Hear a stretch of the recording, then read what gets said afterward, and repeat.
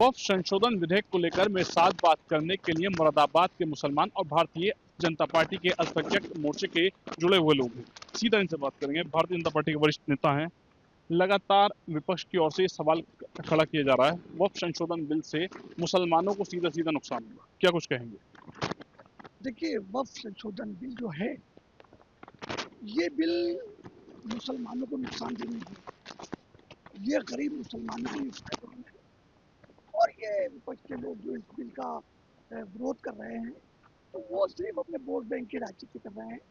लेकिन मेरा मानना यह है कि इस बिल का हम लोग समर्थन करते हैं और वक्फ बिल में जो गरीब मुसलमान हैं उनको फ़ायदा होगा और गरीब मुसलमानों के लिए अस्पताल और ये जो स्कूल हैं ये सब बनेंगे और मुसलमानों को शिक्षा हासिल होगी। गरीब बच्चों को, जो महिलाएं हैं, पुरुष हैं, जिनके लिए मकान व्यवस्थाएं नहीं है, उन गरीबों के लिए भी फायदेमंद है और हम लोग इस बिल का समर्थन करते हैं। भाजपा के ऊपर यह आरोप विपक्ष द्वारा लगाया जा रहा है कि संपत्ति हड़पने की साजिश है। देखिए, संपत्ति किसकी हड़पेंगे भाजपा वाले किसको ज़रूरत है संपत्ति हड़पने की? संपत्ति के काम तो कभी होते थे, आपको भी पता है। मैं कहने नहीं चाहूँगा कि कौन हड़पता था कौन नहीं हड़पता था। आज मैं मानता हूँ शायद भारतीय जनता पार्टी की जब से सरकार आई है, ये जो गौ माफिया हुआ करते थे, तो मेरे हिसाब से तो कभी अब कहीं पे किसी की आवाज़ नहीं आती, कभी किसी गरीब की जगह या किसी गरीब का हिस्सा, कभी किसी गरीब का हक नहीं मरता है। और जहाँ तक संशोधन बिल की बात है कि भाई, जब हमारे बुजुर्गों ने जगहें छोड़ी थी हमारे हक के लिए, उस वक्त वक्फ बोर्ड ने और राजनीतिक दल जो थे उन्होंने हमारे फेवर में क्यों नहीं करे काम? अगर शायद वो हमारे फेवर में काम करते तो आज भारतीय जनता पार्टी को हमारे लिए काम करना नहीं पड़ता। भाई, आज जो क्रेडिट भारतीय जनता पार्टी जो 140 करोड़ जनता के लिए करना चाह रही है, वो विपक्ष ने क्यों नहीं करा कभी? इन लोगों ने हमेशा मुसलमानों को बीच में लटका के रखा और लटका के रखना चाहते हैं। अगर चेंजिंग आ रही है और मुसलमानों के लिए अपने फैसला अच्छा है तो हम उसका स्वागत करते हैं, वेलकम करते हैं। और भी लोग हैं। ये कहा जा रहा है कि मुस्लिम लीगों के द्वारा कई लीडर का कहना साफ तौर से ये है कि इसमें मुसलमानों के पर्सनल लॉ में जो है मुदाखलत है, क्या कुछ कहें? मोदी जी ने तो अभी भी यही कहा कि ये मुसलमानों के लिए फायदे के लिए अगर है तो हम इसका समर्थन करते हैं। और भारतीय जनता पार्टी एक विकास कर रही और करती आई है इस पर, और आगे भी सोचेंगे विकास।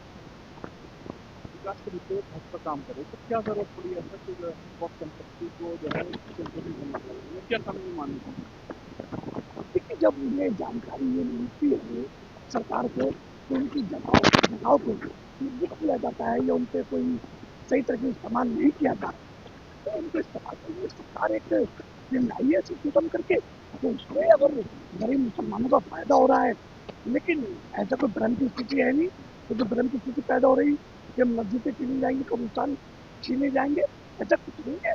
ये बिल मुसलमानों को, गरीब मुसलमानों को मंच से ऐलान करा जा रहा है मस्जिदों को नुकसान हो गया, कब्रिस्तानों को नुकसान हो गया, किस तरीके से मुसलमानों को? क्योंकि मस्जिदों को और कब्रिस्तानों को नुकसान, अल्लाह का घर है, उसे नुकसान पहुंचाने वाला कोई नहीं है। और ये तो अपनी जो भी जिसकी जैसी थिंकिंग है वो वैसी बात कर रहा है।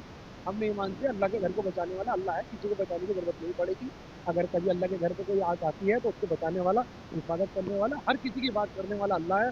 अगर हमें अल्लाह ने शरीर में जान है और अल्लाह की बिना मर्जी के तो हम मुँह में निमाला भी नहीं रख सकते, तो हमें अल्लाह की खुदा की खुदाई में दावेदारी बननी बेटा। किस तरीके से, जिस तरीके से लगातार लोगों को बताया जा रहा है, किस तरीके से? देखिए, भड़कने की, अब वो मुसलमान भड़कने की ज़रूरत नहीं है। जो भी होता है वो देखा जाएगा, जो चेंजिंग आएगी उसे पढ़ा जाएगा। ऐसा नहीं है कि साहब चेंजिंग आएगी तो मुसलमानों के हक में कोई नुकसानदेह फैसला होगा। मैं नहीं मानता, कोई भी अगर फैसला आता है वो मुसलमान के हक में होगा और 140 करोड़ जनता के हक में होगा। उसमें मुसलमान, हिंदू, सिख, ईसाई नहीं होगा।